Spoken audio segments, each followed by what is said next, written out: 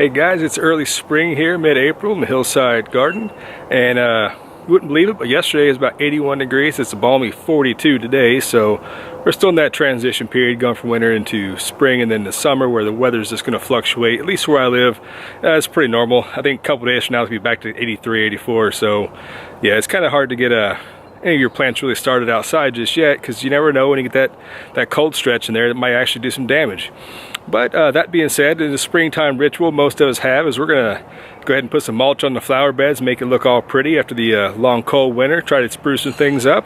But I have some advice for you. Before you go and do that, you know, we spend a lot of time indoors in the wintertime planting seeds, heat mats, grow lights, watering constantly. You're making messes inside, and you know, for tomatoes, peppers, and things like that, you don't really have much of a choice unless you live in a tropical climate. Starting them outdoors and then still expecting to get a reasonable harvest on time, just not going to happen. But what I want to show you guys here is what I like to do, at least in the spring, is check out your flower beds, because believe it or not, you're going to drop hundreds, maybe thousands of seeds over the course of a growing season, especially some of your flowers that you know, profusely bloom and stuff like that. One in particular I always have good success with is echinacea, or purple coneflowers you might call them. So let me go ahead and pause right here, and I'm going to take you down and show you a little up-close view of what I'm talking about. Okay guys, so here's my fully grown echinacea, purple coneflower, call it what you want. It's coming back, it's very healthy. Another one over here. Got the flower balls back here that have finished blooming and they're going away, but there you go, another coneflower there. But if you look really closely right here, yeah, baby plants. So you could spend a lot of time in the wintertime trying to grow these on your own, with no success, maybe with a lot of success, who knows, but Mother Nature has done it for you. You don't have to worry about planting on a certain time schedule, a certain phase of the moon, sign of the zodiac, whatever you base your planting wisdom on, whatnot. But you know, Mother Nature does this for you, so why not take advantage of it? So what I'm going to show you here is with my high-tech tool that I have right here. This is a piece of mulch. Yeah, so this is not magic or black magic or any kind of science, but what you do is you just go in here like this, scrape it away. I go in with this little stick, work it on gently. There you go, all the roots are still intact. One free purple coneflower echinacea plant right there. And like I said, there's multitude, and there's bunches and bunches upon these. You look everywhere, you don't realize it till you look over here. Oh, there's more. There's some more there. Wait, more back there. I mean, there's more than I could probably count, or I could possibly ever have use for. But like I said, before you go throwing your mulch down, give your soil a chance to wake up and come to life, and you never know what you might find growing for free. So let's check out something else I saw growing, and I might want to go ahead and salvage a couple of these before I go ahead and bury them under the mulch. Alright guys, so these may not look very impressive, but I almost forgot what they were called. But these are actually balsam camellia. Yeah, these were seeds I got from Baker Creek last year. I think my friend actually gave me some of the seeds. He bought them. But yeah, they were awesome. They have beautiful pink flowers on it. And as you can tell right here, they've spread quite a bit. Growing up right there. I didn't plant these. I didn't even try to save them or do it deliberately, like let them drop seeds. It's what it does. So I might get a couple of these, but I don't really need this many. I wasn't that impressed with the flower, but you know, maybe you are. Maybe it's something you might like to look into.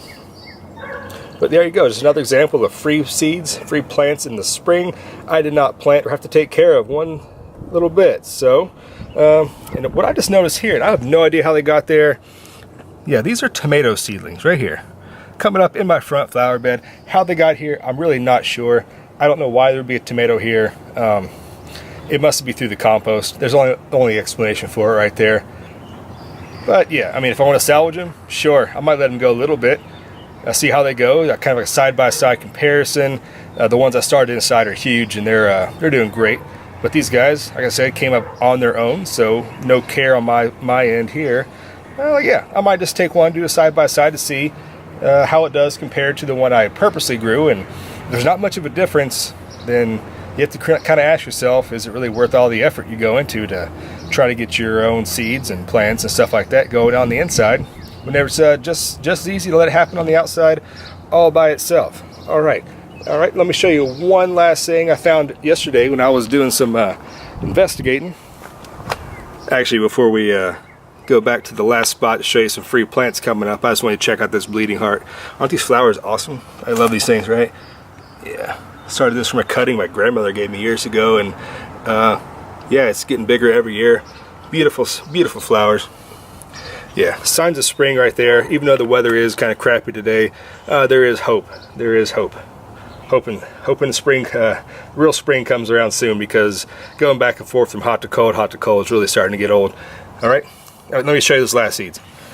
All right, the last but not least, these are baby hydrangeas. Yeah, I'm not sure if these are coming off of the established plant here. It's in my neighbor's yard. It's kind of growing through the fence. But down here, I haven't dug this up yet. I'm not sure if these are runners or if hydrangeas even put out runners, or these are just grown from seed, but there you go. This is a weed right here. Go ahead and get rid of that one. But this here, hydrangea. Yeah, those things are expensive. I've never tried to grow one from seed, but I can't imagine it being something I really want to go and try. Yeah, I got enough time and places, everything I got to be, and just start more and more seeds, just not always in the cards. And besides, I believe these guys grow better from cuttings anyways, so seed probably wouldn't be the best option. But like I said, I didn't plant this. It's growing. I'm going to keep them. Your dog's barking in the background. I apologize. It must be wanting to be on TV or something. All right. Anyways, that's my little tutorial. So like I said, don't worry about rushing out there, putting mulch down first thing in the spring, because you might be missing out on a whole bunch of free plants. You didn't have to sow, you didn't have to water, you didn't have to take care of. Mother Nature did it for you. All you have to do is very carefully go around, dig it up, transplant it to some more cups or containers, keep it watered, keep it outside, and it's going to be doing just fine. Transplant them whenever they get a little bigger and more established, and you'll be able to multiply your garden exponentially with very little effort whatsoever. Volunteer plants, can't say enough about how good they are. There you go, guys. Hillside Gardener, that's my early spring advice for finding free plants in your flower beds, not mulching too soon, and you know, maybe we'll see you when it gets warmer out, and we'll show you how to plant these out. Thanks for tuning in, guys. We'll catch you next time.